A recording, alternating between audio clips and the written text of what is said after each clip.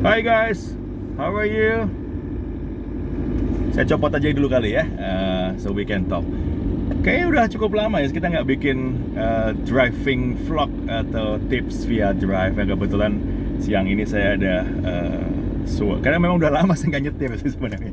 Udah lama kita working from home, dan kalau nggak kepepet banget nggak usah keluar begitu ya.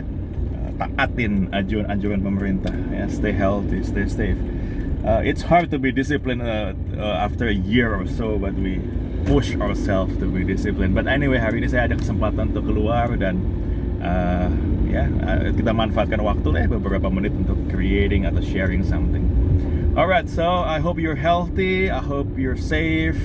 Saya harap Anda juga masih semangat di tengah pandemi ini. Banyak orang bilang 2021 ini kayak 2020 jilid kedua gitu ya, perpanjangan waktu dari 2020. Tapi oke, saya yakin enggak sih ya, saya yakin di setiap momentum pasti ada kesempatan kalau kita mau mencari apa itu kesempatannya dan mau memperbaiki diri kita sehingga kita bisa pas untuk meraihnya. Oke, I'll just stop here for a moment because udah lama nggak nyetir, ini agak kagok juga nih kalau ngomong sambil nyetir. So let me just stop here for a moment and I want to share something with you. Okay, alright, I think it's safer this way, lebih aman kayak gini ya. Oke guys, jadi bulan ini minggu-minggu terakhir ini saya lagi banyak coaching tentang Sun Tzu ya, Sun Tzu atau Sun Tzu, seni perang Sun Tzu. It's interesting bahwa banyak kebijaksanaan kuno yang masih sangat relevan dengan dunia modern kita saat ini. Let me share you one of them. Ya, jadi salah satu hal yang menarik adalah di kitab perang Sun Tzu atau Sun Tzu di bab keempat, poin pertama ya, bab keempat, pasal pertama, pasal kedua, itu dinyatakan begini. Kurang lebih terjemahan bahasa Indonesianya adalah petarung yang handal, petarung yang berpengalaman pertama kali meletakkan dirinya di posisi yang tidak mungkin dikalahkan lawan sebelum dia berpikir bagaimana mengalahkan lawan. Jadi petarung berpengalaman itu pertama kali mikir bagaimana agar nggak kalah dulu, bagaimana agar posisinya itu nggak bisa ditembus dulu sebelum dia berpikir bagaimana menjatuhkan lawannya.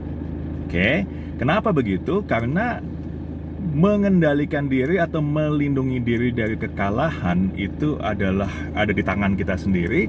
Tapi kalau mau mengalahkan lawan itu setengahnya itu menunggu dia lengah, menunggu anugerah dari alam, menunggu ketidakwaspodaan dia baru kita bisa masuk.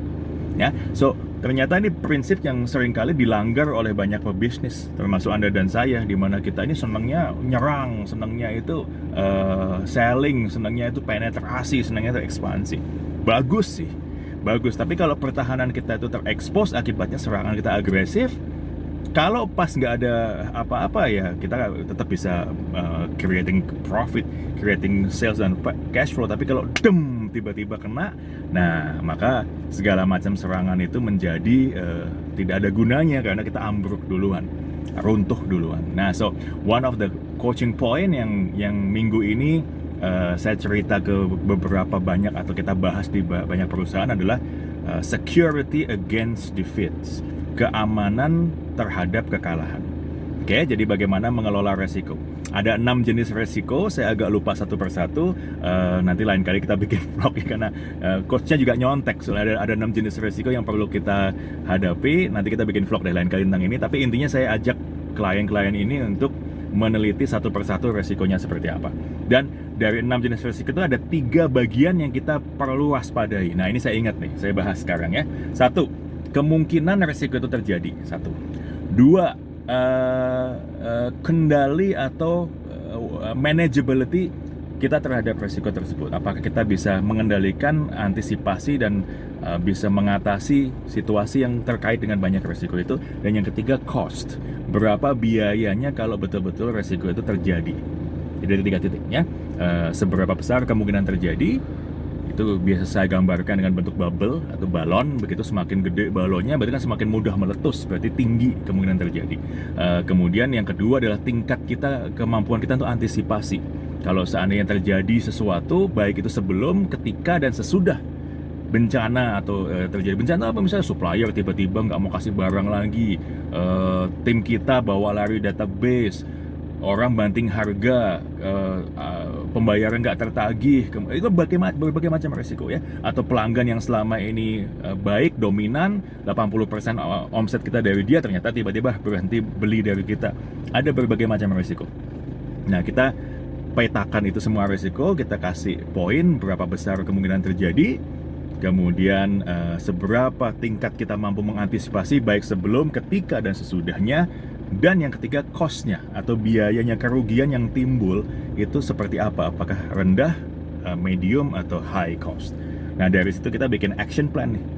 Bagaimana mengecilkan kemungkinan itu terjadi, bagaimana meningkatkan kendali kita terhadap situasi kalau seandainya betul terjadi, dan bagaimana menekan cost atau menekan kerugian kalau seandainya betul-betul terjadi. Nah, kalau kita bisa kendalikan 3 elemen ini, maka sebetulnya ini adalah security against defeat seperti yang diajarkan oleh Sun Tzu dalam Seni Perang di buku bab keempat tersebut. Jadi bagaimana kita menempatkan diri kita tidak bisa kalah dulu, tidak bisa runtuh dulu, baru kemudian kita menunggu kesempatan untuk menang.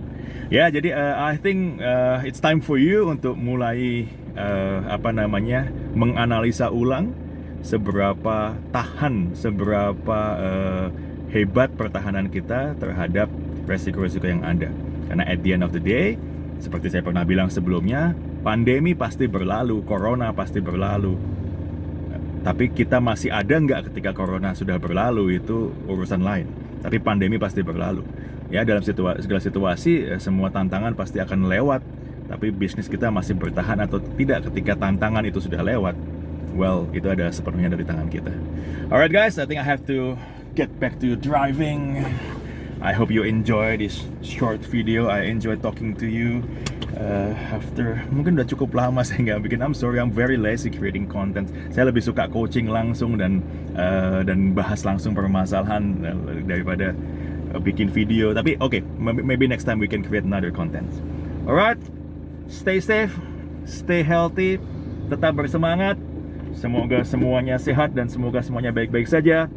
I'm ready to go now. Saya Han Budiono, salam the next level.